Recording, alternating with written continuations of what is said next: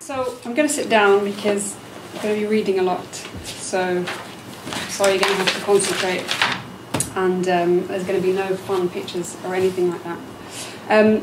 So I chose this clip from Blade Runner because it combines all of the major themes of this talk: sex, artificial intelligence and reproduction.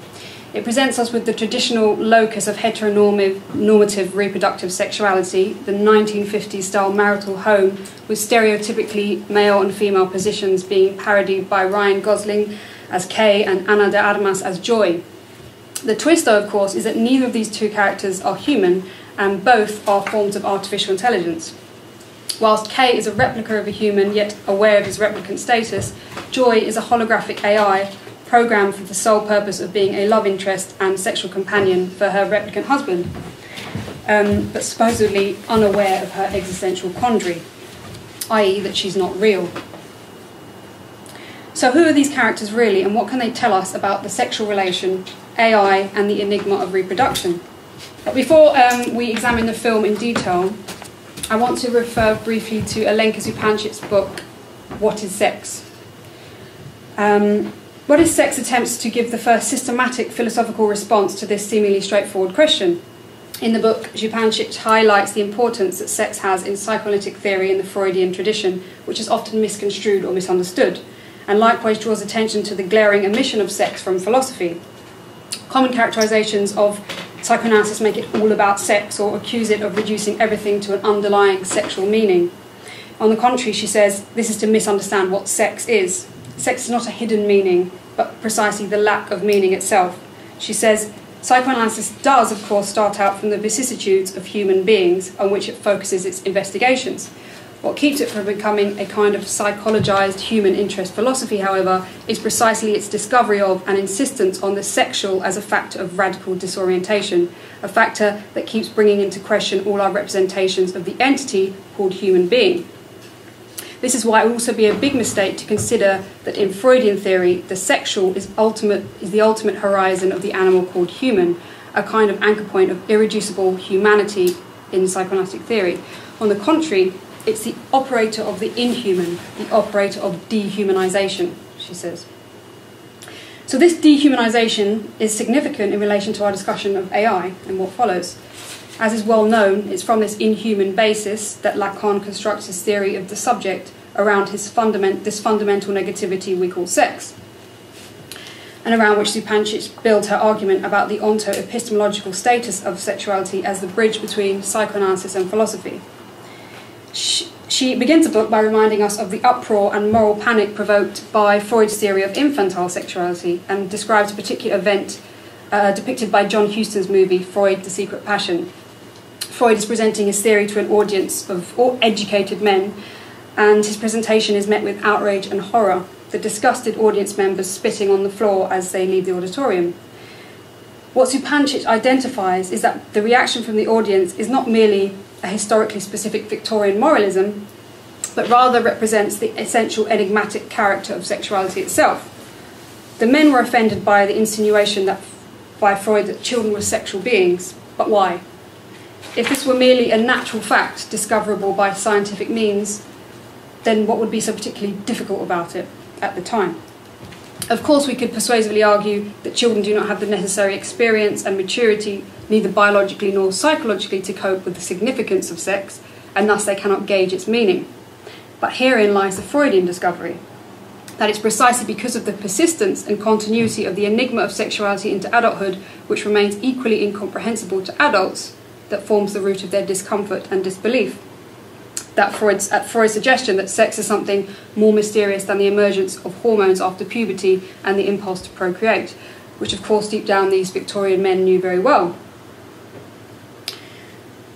Human sexuality is, however, more complex than what Zupančič calls an artificial naturalization of originally denatured drives, since this seems to presuppose some sort of original sexual enjoyment that is subsequently repressed and then remembered in adulthood. But this would be the wrong way to understand it. What is missing on this account, according to Zupančič, is the point of encounter between the enjoyment of the drives and sexuality. She says it's precisely at this point that the strongest resistance to the notion of infantile sexuality is at work. What is it that makes a child sucking its thumb sexual? Is it simply that we can deduce it retroactively from the adult pursuit of supplementary satisfactions? No, she says. The drawback of this progressive psychoanalytic explanation, as she refers to it, is its attempt to formulate a linear account of sexuality and continuity from childhood to adulthood is that it leaves completely the central concept of psychoanalysis aside, the unconscious. She says repression, it seems, can enter this account only as repression performed on the sexual content or activity, not as intrinsically or constitutively bound up with it. In other words, it is not pleasure or satisfaction as such, but the unconscious that makes pleasure sexual. So thus, sexuality is not a secret knowledge that adults have and children do not, but rather it is a lack of knowledge which is the cause of sexual enjoyment as such. It is this encounter with the missing part of the other which is strictly sexual in psychoanalytic terms, the child's encounter with the unconscious of the adult. To see how our common ideas about normative sexuality are not as straightforward as they seem, Zupancic uses the example of the most pervasive and powerful representative of what Western culture perceives as the font of sexual morality, Christianity. It's taken as self-evident that Christianity promotes heteronormative reproductive coupling as the ideal and only religiously legitimate form of sexual contact. However, if we look more closely at the Christian tradition's imagery, it is not long before we see something quite counterintuitive to this message. Zupancic quotes a brilliant passage from Lacan's Seminal 20 on this matter. Christ, even when resurrected from the dead, is valued for his body, and his body is the means by which communion in his presence is incorporation, oral drive, with which Christ's wife, the church as it is called, contents itself very well, having nothing to expect from copulation. In everything that followed from the effects of Christianity, particularly in art, everything is exhibition of the body evoking jouissance, and you can lend credence to the testimony of someone who has just come back from an orgy of churches in Italy, but without copulation. If copulation isn't present, it's no accident. It's just as much out of place there as it is in human reality, says Lacan. So here Lacan alludes to the proliferation of partial drives that abound in the Christian tradition and the focus on bodily jouissance as totally separate from its supposed Christian function as the exclusive prize of reproductive copulation. The body in Christianity is the site of enormous enjoyment, pleasure and pain, although strictly never associated with the act of copulation. As a stark example of the counterintuitive nature of the Christian imaginary, Zupancic reminds us that whilst natural procreative intercourse is utterly banned from the religious imaginary, the same imaginary does not flinch at such gruesome and explicit depictions of canonized saints eating the excrements of other people, an action usually characterized as the very peak of perversion. She goes on to point out that Christian art and tradition is absolutely bursting with images and celebrations of partial objects and their pleasures. She points to St. Agatha's cut-off breasts and St. Lucy's gouged-out eyes, to name a few, but there are many more we can think of. So in fact, Christianity does not prohibit these polymorphously perverse enjoyments themselves, but rather their association with sexuality. So what is it about the strong social pressure to normalise natural sexuality if it is not necessarily to suppress the partial drives in the first place? Zupancic surmises that this promotion of so-called natural sexuality is in fact there precisely to hide an abyssal ontological negativity at the heart of sexuality itself. So in other words, it is in fact the natural rather than the cultural aspects of sexuality that are the problem for Christianity. She says there seems to be something in nature which is dramatically wrong at this point. The problem is not simply that nature is always already cultural, but rather that nature lacks something in order to be nature, our other, in the first place. Sexuality is here what is missing from the signifying chain, that ontological negativity, otherwise known as the unconscious, which permits entrance into the symbolic. In other words, sex is the very structural incompleteness of nature and of being. So as a way into our discussion of the question of how this relates to Blade Runner and its treatment of the themes of AI and the problem of sex and reproduction, I just want to pick up on an example she takes from Andrei Platonov's The Anti-Sexers. Written in 1926, the work is a fictional brochure and translated from French. And this is taken from Aaron Schuster's introduction to the book. Advertised an electromagnetic instrument promising to relieve sexual urges in an efficient and hygienic manner, the device, available in both male and female models, had a special regulator for the duration of pleasure and could be fitted for either personal or collective use. The company's mission is to abolish the sexual savagery of mankind. The anti-sexist has many benefits and applications. It is perfect for maintaining soldiers' morale during wartime and for improving the efficiency of factory workers. It also fosters true friendship and human understanding by taking sexual folly out of the question. Zupančič doesn't enter into the question of whether Marxist author stood on the political significance of the text, given its content and complex literary style. She asks rather, what are we to make of the logic behind the strange gadget which promised to emancipate mankind from its torturous shackling to the pursuit of sexual relations? She identifies the two suppositions behind the creation of the anti-sexist as follows. Sexuality is problematic because it involves the other who is unpredictable, unreliable, or simply unavailable. On the other hand, our relations with others are complicated and conflict-ridden because expectations and demands concerning sex are always in the air. Sex stands in the way of good social relations. So the double quandary here is that on the one hand, the anti-sexist promises to remove sex from the other, and by the same token, remove the other from sex, as a result of which we get two separate entities. On the one hand, a sexist other who we may relate to in a purely spiritual way, purged of any debasing sexual elements, and on the other, we get a pure sexual substance, which we can enjoy at any time without the need for the other's presence, or more radically, without the need for their existence. She identifies a contradiction at work in this imaginary scenario, which sums up the very impasse of sexuality itself. The only way I can relate to the other in a non-problematic way is if they are sexless, but in order for them to be sexless, they must have extracted my sex from me so that I may not be sexually disrupted for them and vice versa. This is a strange presupposition to say the least. The other is sexless if he or she is being masturbated most of the time.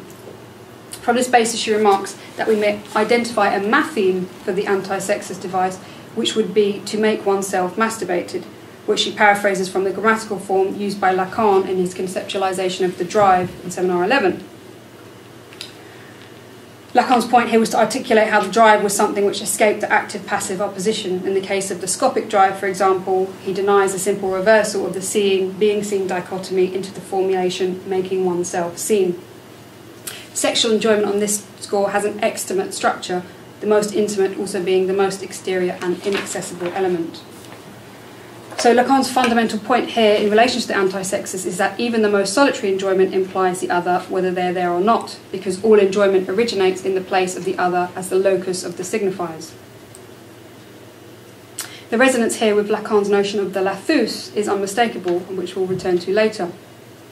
So here we have on the one hand the problem of sexual enjoyment, and on the other its inexplicable and enigmatic relationship to reproductive sex, as we saw earlier. So let's turn back to Blade Runner.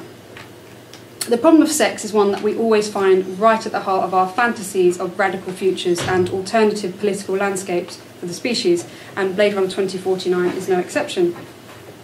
Much like the first movie, Denis Villeneuve's 2017 sequel seeks to ask some fundamental questions about the nature of human existence in the context of accelerated techno-capitalism. While the first film provoked us to doubt the reliability of our own experiences in a sort of postmodern Cartesian or Descartesian meditation, so the sequel also entertains the theme of radical Cartesian doubt in its posing of the question of K's implanted memories. This time, though, the added layer of psychoanalytic significance is the problem of our protagonist's progenitor. After the discovery of a missing child, the product of Descartes and Rachel's union in the previous film, the young Blade Runner K is tasked with tracking down the child and retiring it. K, however, starts to think that he may not be the creation of Wallace Corporation as he always believed, opening up the possibility that he is the missing child, that he has a childhood and a family. It would seem the crux of K's dilemma is not, am I human, but was I born? In a sense, Blade Runner 2049 sees the transition from the traditional epistemological question tackled by its predecessor to what is arguably a slightly different, perhaps even more strictly psychoanalytic problem. That's the question of birth, knowledge, and reproduction. In this rendering of detail, K, in searching for the film's object of desire, the missing child, phantasmatically tries to reconstruct his very own primal scene. Whilst in the previous film, the replicants didn't know they weren't human, and struggled with the realization that they were not real, K and his generation of Nexus 9 models know only too well the limited nature of their existence. But K now starts to believe he is the chosen one, born of the union of man and woman. The enigmatic and profoundly human problem of sexuation is thus brought to the fore. In this sense, the film speaks to a different form of anxiety about humanity. We're at a point in history where it's no longer science fiction to imagine we can genetically engineer humans and reproduce via technologically assisted means. The anxiety depicted here is about the disintegration of the sexual relation, which, as we know, never existed in the first place. Since in this imagined future, humans are reproduced artificially and without the need for the work of female gestation, the significance of sexuation becomes ever more conspicuous. Why would we still need so-called men and women if we can reproduce asexually? We're forced to ask. Lacan states in Seminar 11, the ethics of psychoanalysis, Seminar 7, the idea of creation is co-substantial with your thought. You cannot think, no one can think except in creationist terms. What you take to be the most familiar of your thought, namely evolutionism, is with you, as with all your contemporaries, a form of defence, of clinging to religious ideals, which prevents you from seeing what is happening in the world around you. But it's not because you, like everyone else, whether you know it or not, are caught up in the notion of creation that the Creator is in a clear position for you. Lacan will go on to connect the question of creation with the Freudian dead father, and more specifically the drive, what he calls an absolutely fundamental ontological notion, which is a response to a crisis of consciousness that we are not necessarily obliged to identify since we are living it. It is thus the idea of creation ex nihilo that plagues the subject, and that always leads him back to look for his own cause. So whilst the first film was concerned with the epistemological question of the analogue and the digital, and the transition between the two as marking a loss of reality, epitomised by the Cartesian "what can I know," the second film is concerned more with the ontological question of what am I made of. Blade Runner 2049 renders the postmodern discourse of the 80s and 90s somewhat a moot point, the simulacrum now having replaced the original in real life, and so enacts its own Lacanian-inflected return to Freud.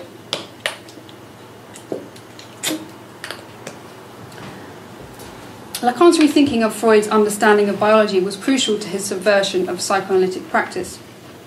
By reusing Freud's radical ideas to reconceive the significance of biology for psychoanalysis, Lacan took Freudian biology, which was working with the scientific paradigms of the day, and rebooted it. As he remarked, Freudian biology has nothing to do with biology. In this way, we may understand Blade Runner 2049's interest in the question of replicant biology as a return to the Freudian concern with myth and impasse that first inspired Lacan's structuralist reading of Freud's ideas. Kay's desire for knowledge of his memories and birth is indicative not just of a form of radical doubt over the nature of reality and the constitution of human subjectivity, but furthermore, Kay's predicament is articulating the structure of a primordial loss constitutive of the psychoanalytic subject, one that is inherently bound to birth, language, enjoyment, and the body. So the object cause of desire in this film is, of course, a child, both for the sake of the warring factions, the replicant Revolutionary Front and Wallace Corporation, who wish to either protect it or destroy it and capitalise on it. But on a more psychoanalytic level, the child is Kay's object cause of desire, in that he wants to be it. It is literally his manque à être. Kay seeks the ultimate knowledge of the primal scene with his burning question which drives the narrative, where did I come from? As distinct from the previous generation of replicants who were at pains to discover that their memories were not their own, Kay has the opposite problem. Of course, once he gets the idea that his memories may not have been fabricated, but are in fact real, he imagines a loss of something that he never knew he had, that is, a mother. This primordial loss is the quintessential mark of the human subject, a retroactive imagining of an impossible plenitude through absolute satisfaction. So what we have here then is a strange sort of interpretation in reverse. Instead of starting off with a symptom and working backwards to a trauma, we're starting off with the insertion of a trauma in order to give K a symptom that would, in a sense, make him human. As opposed to Freud's clinical invocation of the trauma of the primal scene in his treatment of Sergei Pankajev, aka the Wolfman, K is devoid of a neurosis that would point to any form of fantasy of origins. So the postulation of the missing child retroactively creates a historical connection to his birth and an imagined relationship between father and mother that pre-existed him. a desire of the other that frames his own feelings of exclusion. Is this what Kay needs for him to enter into the realms not just of real humanity, but of real masculinity?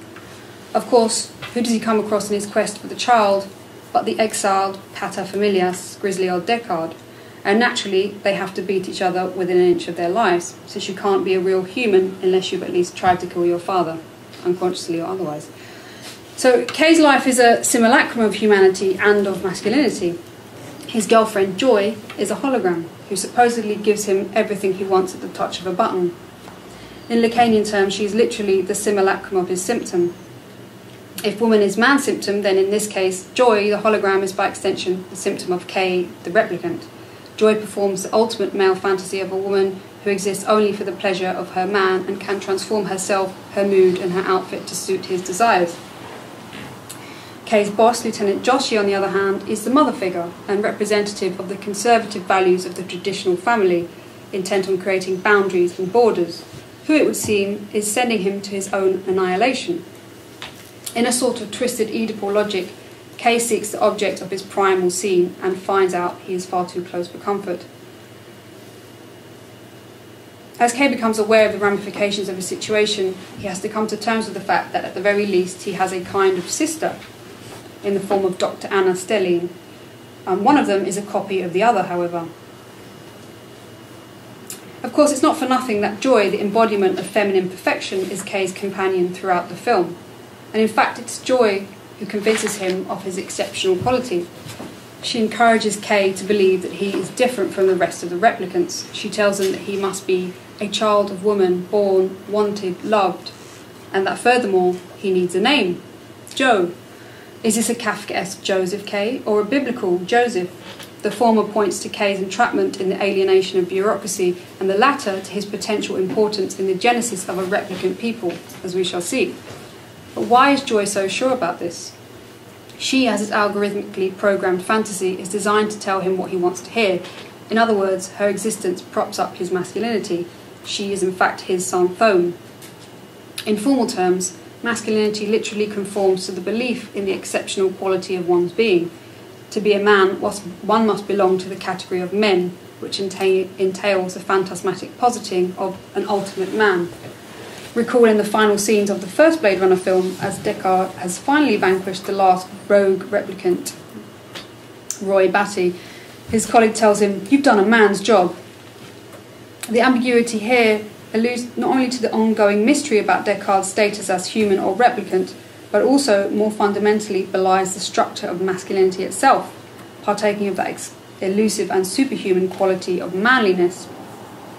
Joy's position, conversely, as hysteric woman, morphing into whatever Kay desires from her, performs the perfect neurotic dialectic of the sexes to complement Kay's obsessive question, "Am I dead or alive?" Joy's hysteric raison d'etre is to know how to be a woman, and provides the support for Kay's soul-searching. Kay's predicament is therefore paradigmatic of the masculine subject's constant need for corroboration of his existence. Joy is perhaps what Lacan would have referred to as a lathus, this ambiguous object he describes in Seminar 17. The lathus, which Lacan derives from the Greek ousia for being, merged with ventus, the French for suction cup, and vent for wind, evokes a desire for siphoning off enjoyment. The allusion to wind in this case we may relate to the voice and breath and the enjoyment of speech involved in feminine jouissance. Joy, in her fully automated luxury femininity, very much summons up the image of the capitalist dream of the embodiment of woman as pure object A. To paraphrase and repurpose Lacan, joy is not quite the other and not quite being, but ultimately pretty close. It's significant that when Joy arranges for Kay to have sex with a prostitute using herself as avatar, it does not appear that Kay is particularly moved by the situation. If anything, it's not what he desires. Joy becoming almost too autonomous for Kay's comfort by stepping outside the prescribed realm of virtual fantasy and into the uncomfortable world of flesh, blood and consequences.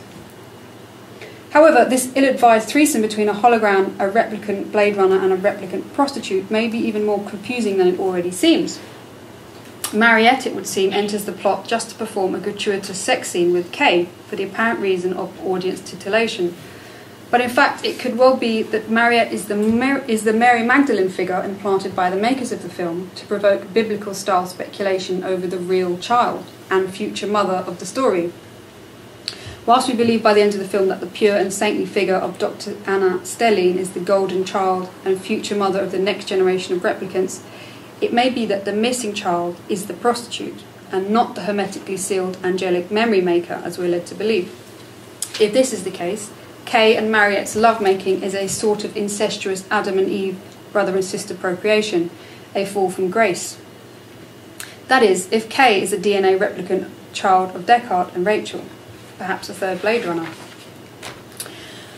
When Kay meets with Dr. Anna, he learns how she fabricates memories in order to implant them in replicants' minds who have been created as fully grown adults with no past. Kay asks what makes her the best memory maker, and she tells him that best memories will contain something of herself. At this point, Kay starts to realise the memory of the wooden horse connecting him to a real childhood and his imagined birth actually might belong to Anna. So Kay is but a pale imitation of his sister, whether that be Mariette or Dr. Anna Stelline. And could we not read this as structurally imitating the masquerade of masculinity that forms the basis of male subjectivity? Whilst the woman knows she is a void and presents herself as such, the man does not know this and constantly tries to identify with his artifice.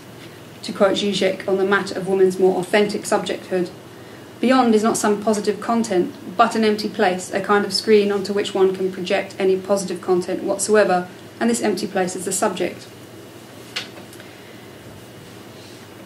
It is precisely insofar as woman is characterised by an original masquerade, insofar as all her features are artificially put on, that she is more subject than man, since, according to Schelling, what ultimately characterises the subject is this very radical contingency and artificiality of her ever-positive features. So Kay's predicament, after his discovery that he's merely a copy with no history, is the classic male journey into oblivion, searching for the reality behind the veil and finding nothing. So in fact, the film's main theme, more than memory, as the first Blade Runner centred upon, is reproduction, genesis and sexuation. What does it mean to be reproduced? And why is replication necessarily different from reproduction? Biological replication begs the question of male and female sexuation. In the era of replication, though, the meaning of sex is exposed as precisely real. Because, as Wallace Corp shows, humans may be created non-biologically, so we may see more starkly how through the modes of enjoyment of the replicants, sexuation is a real, that is to say, impossible feature of human subjectivity. In the Los Angeles of 2049, the reproductive capabilities of the replicants are fought over as commodity, and in one particularly disturbing scene, we see the president of Wallace Corporations marvelling at the creation of a new female replicant. Neander Wallace, the megalomaniacal president, has become aware of the replicant's ability to reproduce sexually and is holding forth with his own pseudo-psychoanalytic musings on the psyches of the replicants. Revelling in his power to create and take life, Wallace slashes the abdomen of the newly created female. He understands the power that gestation would give the female replicants. They would make him redundant as their creator. This chilling scene of male violence towards the reproducing female body is only too close to the bone in light of growing support for regressive movements towards policing women's bodies and specifically anti-abortion legislation in the United States. The question of male domination over the mystical reproductive capacities of the female body is here particularly apposite. As we know only too well, the biopolitical instrumentalisation of gestation is at the heart of all attempts to constrict and modulate women's access to birth control and sexual activity, both pre- and post-conception. In Blade Runner 2049, the work of reproductive labour therefore becomes a site of contestation. Owning the means of reproduction would supposedly allow the replicants to escape extraction of surplus value from their bodies. But this, of course, does not escape the problem of male domination over the female body within the replicant community. So is there anything particularly liberating about the replicants mimicking the human model of childbirth? Rachel, after all, died in the process, as hundreds of thousands of women do every year from childbirth, which, as Sophie Lewis remarks in her book Full Surrogacy Now, has provoked philosophers to ask the question whether gestators are persons. She says, since it seems impossible that a society would let such grisly things happen on such a regular basis, to entities endowed with legal standing. This acute observation provokes a torsion of the Mobius strip between humanity and the inhuman. In other words, to be human is to be born, yet to be a pregnant woman often affords one the status of nothing more sublime than a breeding farm animal, as women's history and much contemporary politics attests. The film brings into sharp relief the disavowed, invisible and unpaid labour that is done by mothers and surrogates both during pregnancy and child rearing, but also their ostensible status as subhuman during pregnancy.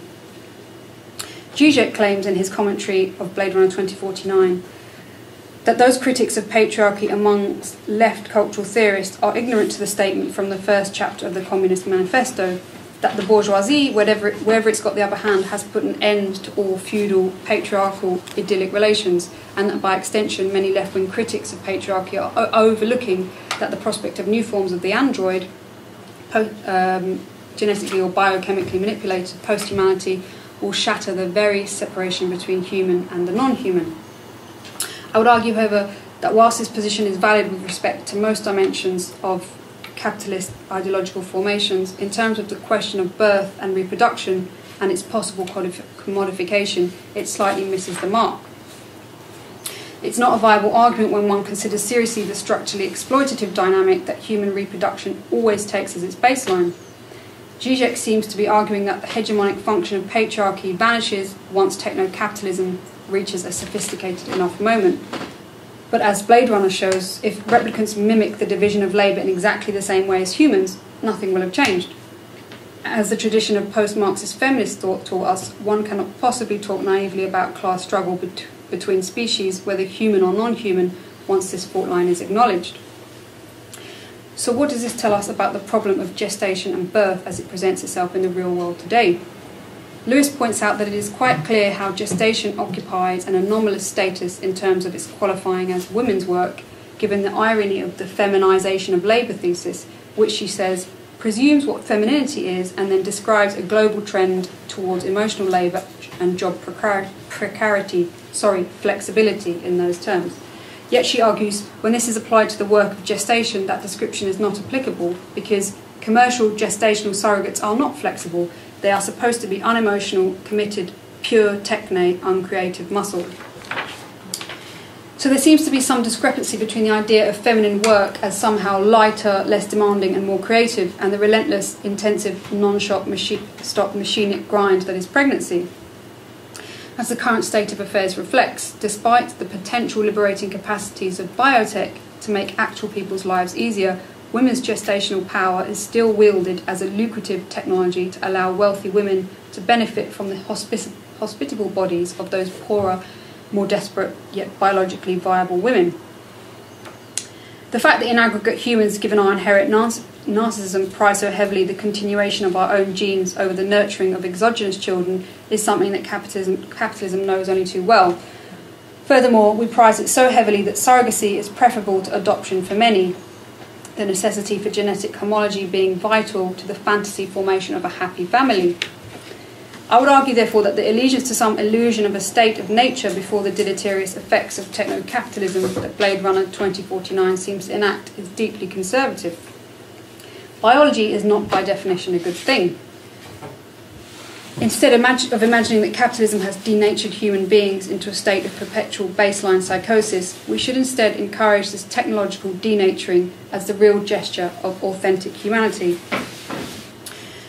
So rather than celebrating the reproductive capacities of the replicants as necessarily liberating, when Rachel finds herself unceremoniously knocked up, we should perhaps first ask whether or not she consented to the sex in the first place.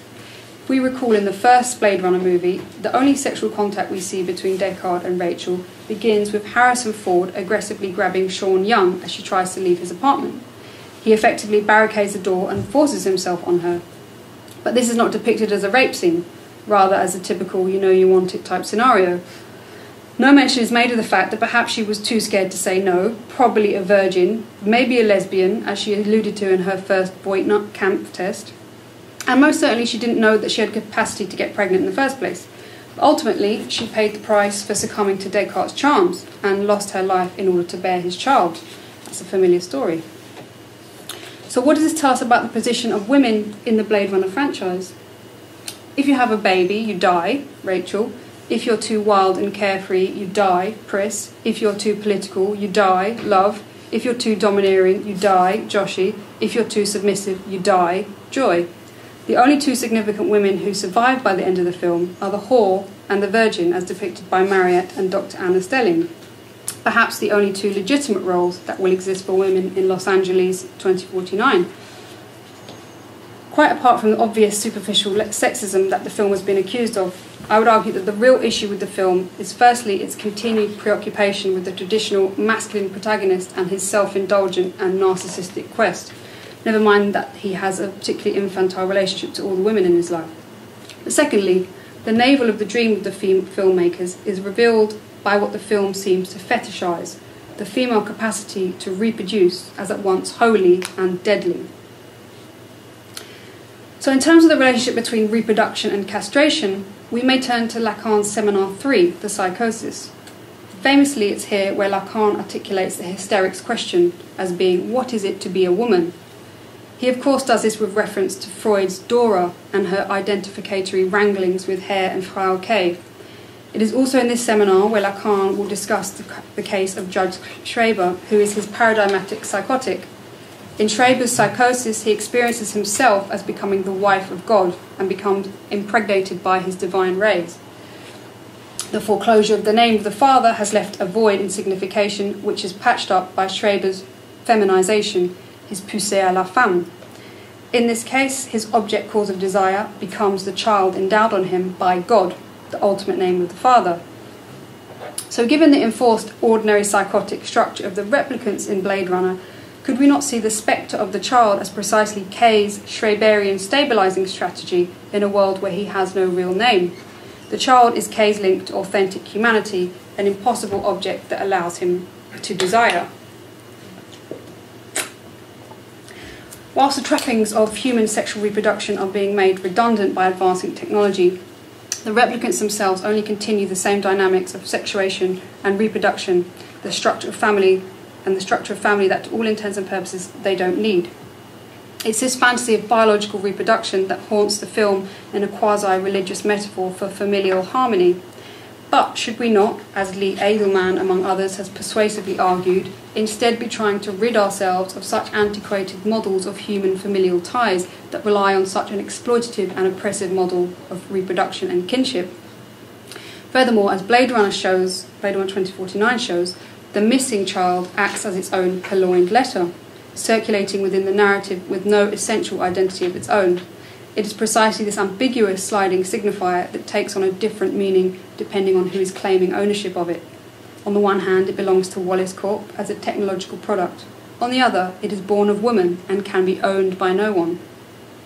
Its evolutionary biology is in fact quite irrelevant though, since given its synthetic parentage, it was created ex nihilo.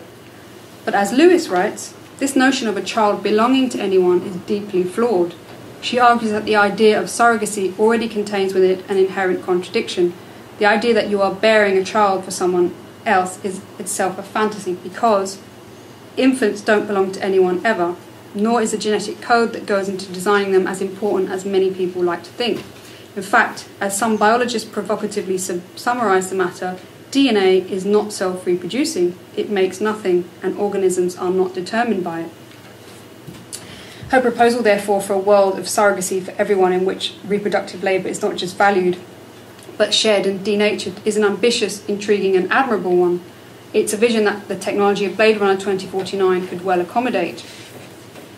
She says, let's bring about the conditions of possibility for open source, fully collaborative gestation. Let's prefigure a way of manufacturing one another non-competitively. Explode notions of hereditary parentage and multiply real loving solidarities. A nice idea, but what is it about the family that is so damn hard to overthrow? Freud knew something about it, and Lacan something more. If only it was so easy. For Kay, though, his search for origins may be seen as a vehicle to show up the more interesting structural questions of subjectivity and masculinity that the film depicts, and why the Oedipal family keeps coming back to haunt him. And let us not forget the significance of love, Mr. Wallace's faithful and loving servant, with whom Kay has a battle to the death, in order to save the life of the missing child. We're reminded of Lacan's words in Seminar 20. A woman can, as I said, love a man only in the way in which he faces the knowledge thanks to which he so loves. But concerning the knowledge thanks to which he is, the question is raised on the basis of the fact that there is something, jouissance, regarding which it is not possible to say whether a woman can say anything about it, whether she can say what she knows about it. Unquote. So what does love represent for Kay in terms of his positioning towards the feminine? She is the cold-hearted killer, an emotionless replicant who nonetheless cries for her fellow replicants and kills for them. But for Kay she is a paradox, an uncanny mirror image of his own ambiguous humanity and a challenge to his masculinity perhaps.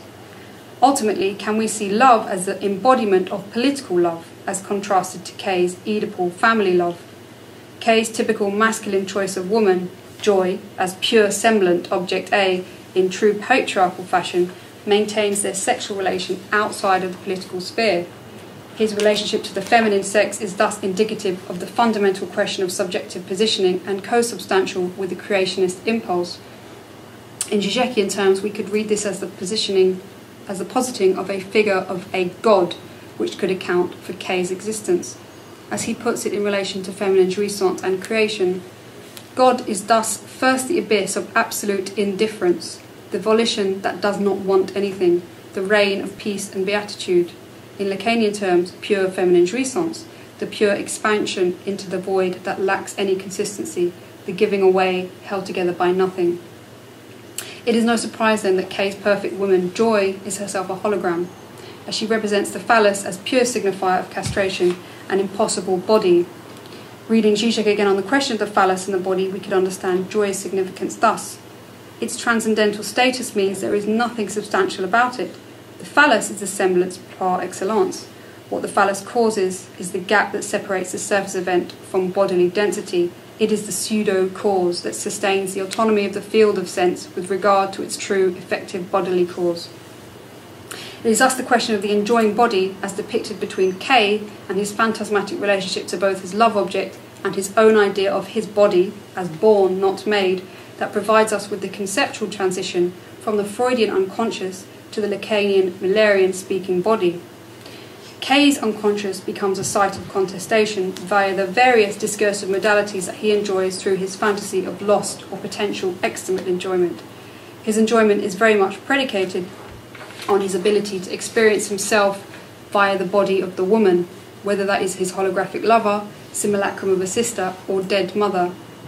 By drawing our attention to the fetishsization of biology, heredity and genetics and its relationship to the problem of sexuation, Blade Runner 2049 paints a picture of a desperate man searching for some substance to prop up the semblance of his hollow existence. But all he finds along the way are women who are more human than him. Even the holographic girlfriend, it turns out, is more of a subject than he is and gives up her life for him.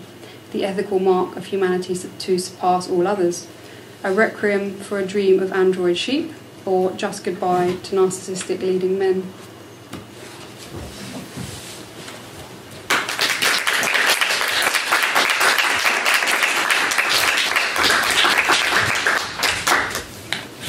Any questions? I did time that very well, I must say. I just congratulate myself on that. I have a question. I'm not sure to formulate. I'll attempt to formulate this. First of all, a great paper, very nicely read.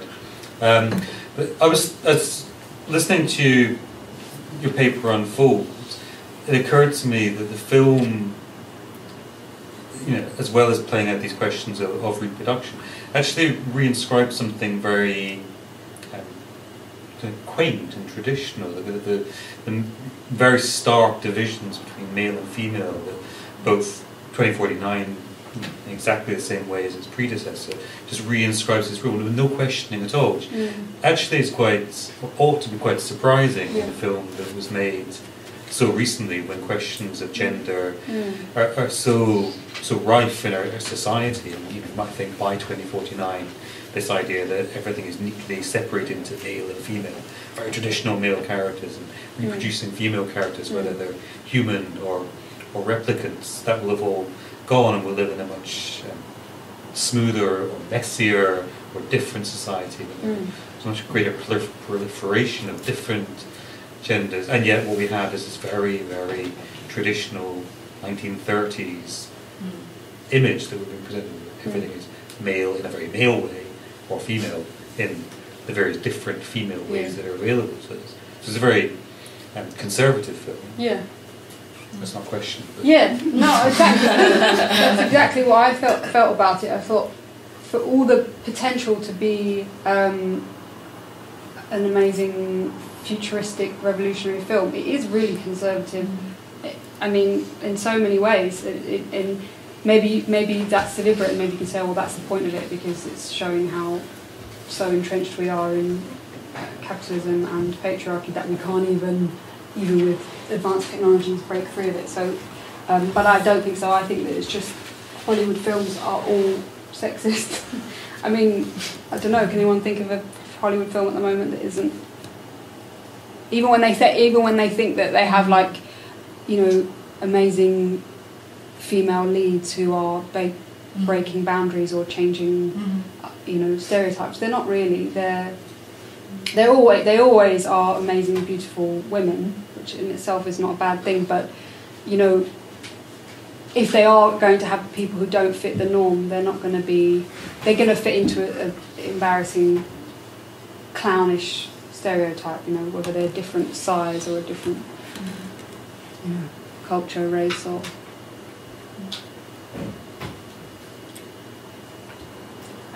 Can I ask them?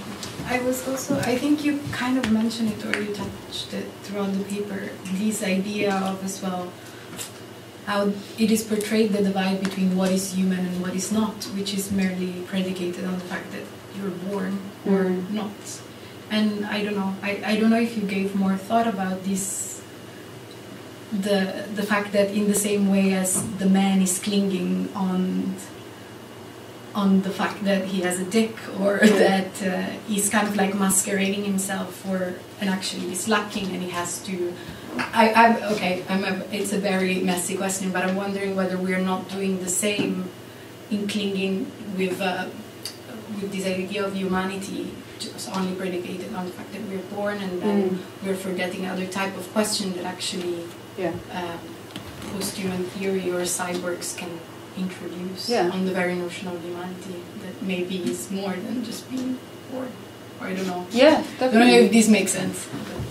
Well, we are having to deal with people who are not born in a traditional way already, and I mean, obviously, in vitro fertilization for a start, that's the beginning. And but surrogacy is, of course, like the next big massive question, which I'm not an expert on, but as the book that I quote from for surrogacy now is a very interesting book that takes up that question politically. But in terms of the technology of it, I mean, artificial wombs, But still, the thing about in Blade Runner, the replicants aren't.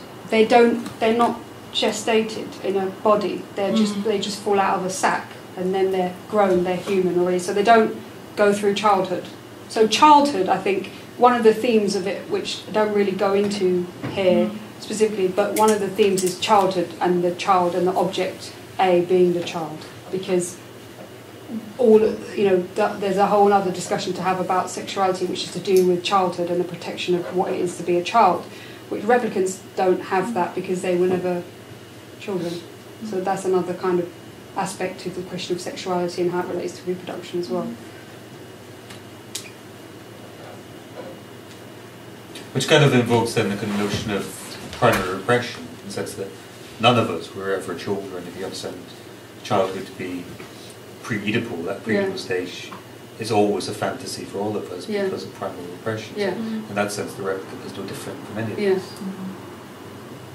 Yeah, true. But the replicant doesn't have. But the replicant doesn't have the fantasy, the adult fantasy about children. Because they don't they don't believe in children. Because they never, in theory, I guess. Because of, that quote that he said, I didn't say it in the paper, but I think it was on the blurb of the event, when he said, Lacan says the only real object A is the child. But he doesn't, I don't think we'll know, I'm sure, if he says much more, but that just comes from his short paper on the note on the child. But I don't know if he expands more on that question about the child and in that context. There's the whole equation of the child with objects, then also with shit. That goes on in that sense, but that's the child not in itself, the child as an object for the mother. But the child as object for society and for civilization, and as an object of a sacred object that inaugurates sexuality. I mean, the sort of protests going on at the moment about sex education in schools is so fascinating psychoanalytically to hear the people coming and talking about it on daytime TV. Not that I would ever watch daytime TV, but if I did, then people from all different religions who are out, can't bear the fact that children are going to be learning about homosexual people, and B, just sex, because they're children and children can't know these things, and what would happen if the children know them, their minds are blowing because it's the basis of, it inaugurates their whole politics and their whole social system to have the taboo around the child's knowledge of sex, which is not a real knowledge. It's almost as if these people have never read about little hands. Exactly. I'm just waiting for some psychoanalysts to go on Victoria Derbyshire and just shake it up, man, because they need to get some better conversations on that programme. I've never seen it. You've never seen it? Can you delete that out of the recording, please? Because this is I have never watched that programme. I have no idea what you're talking about. Good, because you don't. Yeah, exactly.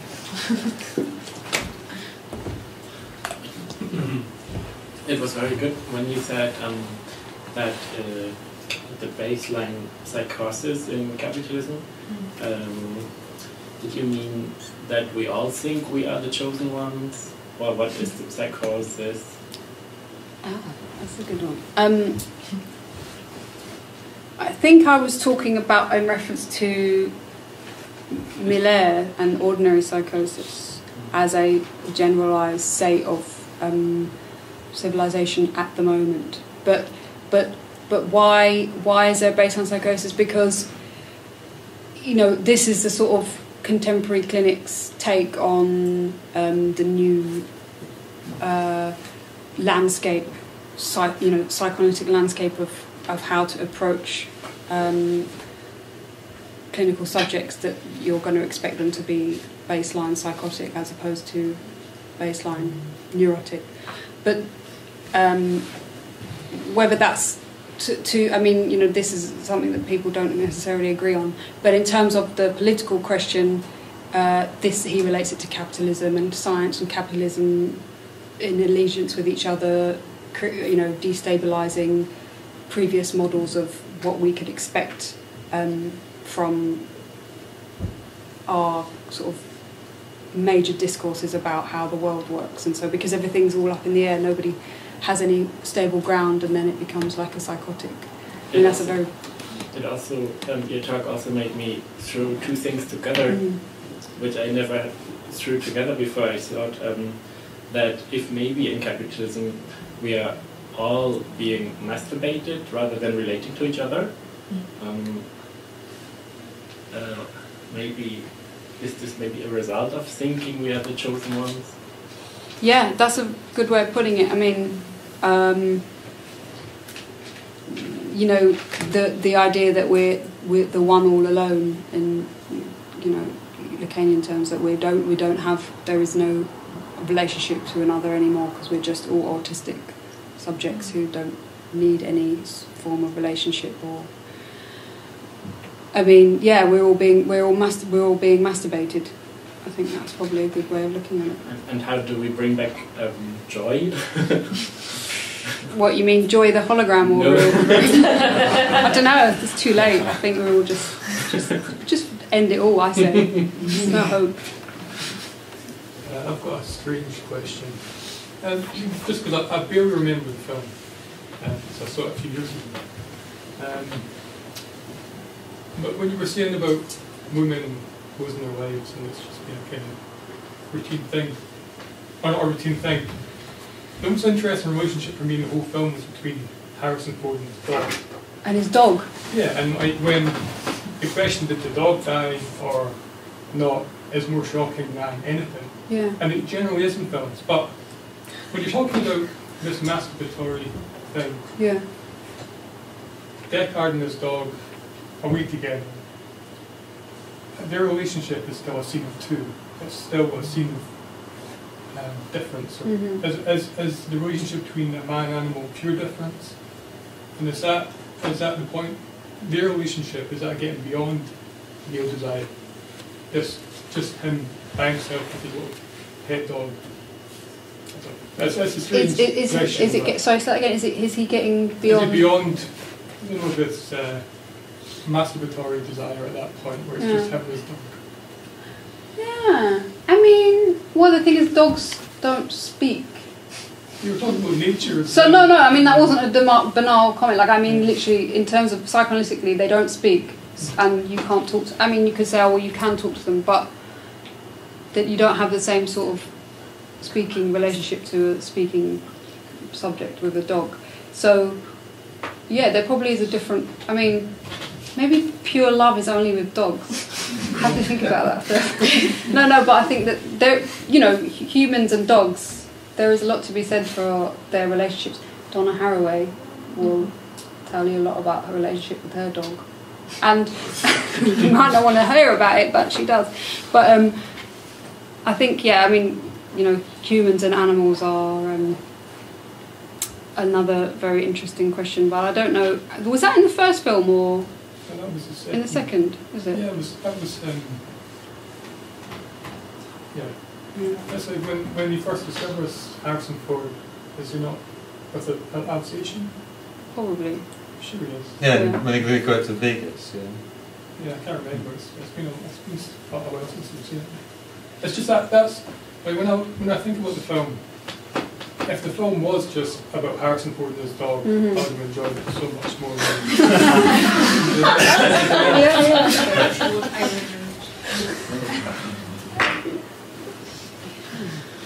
There's another film to be made there. I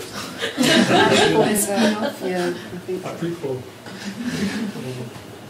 But he abandons the dog for the supposed son, doesn't he? I can't remember. Does the dog not die? Does it? I can't remember. The dog just gets left behind. Does it? I can't remember.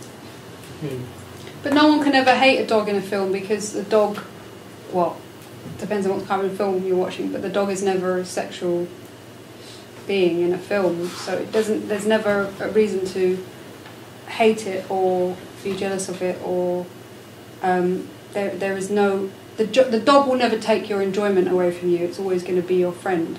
So it's the ultimate friend, isn't it? The dog. You can't ever. In a way that there are. From Pugil. Pardon? Pugil. Stephen King. Oh yeah, wow.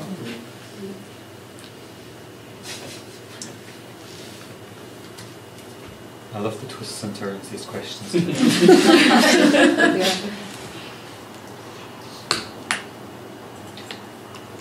Picking up on Andre's question about the psychosis, again, made me think another thing. In your talk, at one point, a number of points, you referred to Kay as being a kind of typical obsessional male, but you also referred to him as having these fetishizing joy, which would make him a pervert, and then you also alluded to this psychosis of capitalism. What is he? Is he a pervert? I don't know, but it doesn't matter because it's a film, so I can make it up. No, but seriously, I think it's more interesting to be able to think about what those structures mean and play with them, especially with a replicant, because we don't know what a replicant is. So to try and figure out what it would mean psychoanalytically makes us think about those concepts like more malleably. And I think, like, because obviously I'm not a clinician, so I don't have to be religious about how I use those terms, and so people might get angry with me if they are clinicians and think that I'm a heretic or something. But you know, they're interesting concepts, and they help us to understand different ways of enjoying, you know, different enjoying bodies, and particularly the whole point of the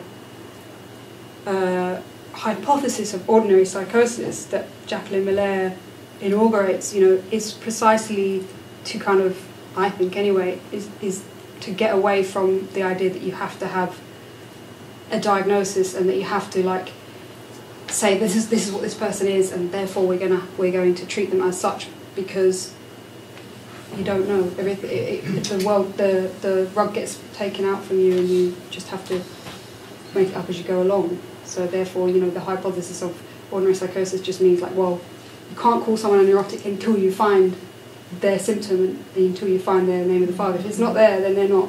So don't assume anything. So I think that in that sense it's quite useful because it makes it less dogmatic. So in the sense then you have characteristics and behaviours rather than, you know, reified core symptoms or core position. Yeah.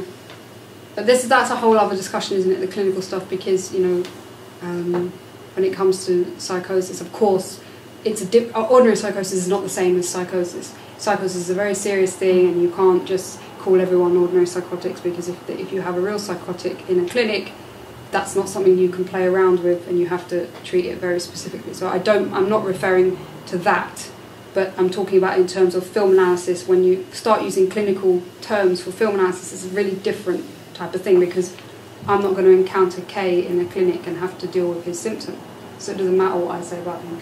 No, I think that's a fair point. You know, there is no person K. There's, you know, a series of machinations which hang together in the image of one actor, which gives the semblance, which may be true of the rest of us as well. So maybe the whole clinical structure, categorization itself, isn't as legitimate as it pretends to be.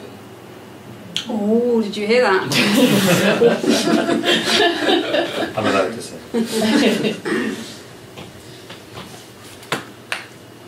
Just to add to what you're saying, like maybe the point of this version of going on is that if we do give technology to men, it's successful, what happens, what we've been saying before, that actually go back to the 30s, you know, and it's the same sort of patriarchal dynamic there. Yeah. And that is exactly the problem which you have with her, which you have with the other, obviously, mentioned as well. Yeah. Which is the problem. So it's almost that it's a technology, and it's almost this desperate effort to regain control for men. Yeah. And they can only do that through technology, because society is progressing so much that there is no other way of doing that. It's only to go into technology in order for them to, again, just imagine women to be like that. Yeah. You know, 100 years ago. Yeah, absolutely. I think that's definitely the case. And, you know, the existence of woman for man is very important, and not just because for banal reasons, because men fancy women, but it's an ontological necessity, and it's something that is very difficult to overcome. The idea that you can just you know, change gender politics through advanced technologies, or simply just more equal societies. There is an intractable problem that keeps coming back, and that will always try and create. You know, you always try and create this woman, which is, you know, that quote: "Man will go a long way to create woman." I don't know, I've said it wrong, but to what lengths men will go to create woman, because, you know, this is what I was trying to get at in this paper as well. Is just it's really essential for Kay. These women are essential to him for his existence. He needs them. He uses them in various different ways to experience himself and experience his body. and he uses their bodies in a sense, whether phantasmatically or symbolically or literally, really use their bodies in order to be a subject, and which says a lot about the subjective structure of masculinity. So that's kind of what I was trying to get at. But yeah, exactly. Technology, the technology of woman is basically what it's about. It's creating, or you have to create woman because she doesn't exist, as we know, because Lacan tells us she doesn't exist, and he's right, she doesn't. Just, this is a controversial thing to say, maybe it is. But is technology not completely a masculine logic, in the sense that it's purely about counting what women is?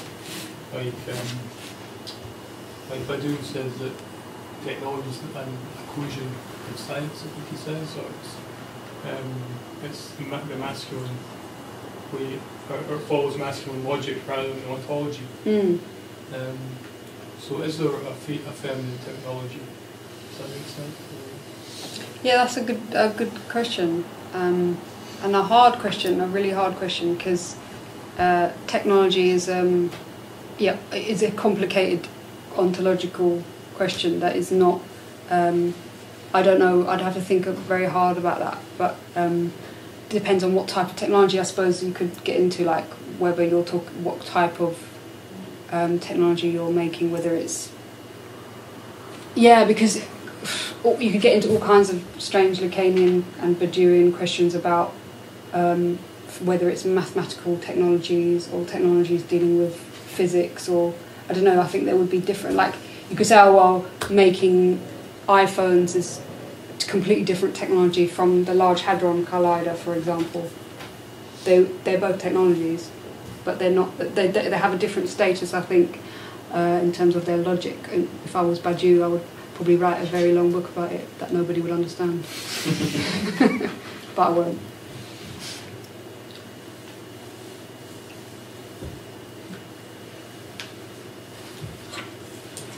It's 8 o'clock. I think that strange question is a good place to end. Thank you all very much for coming along this evening. Thank you very much.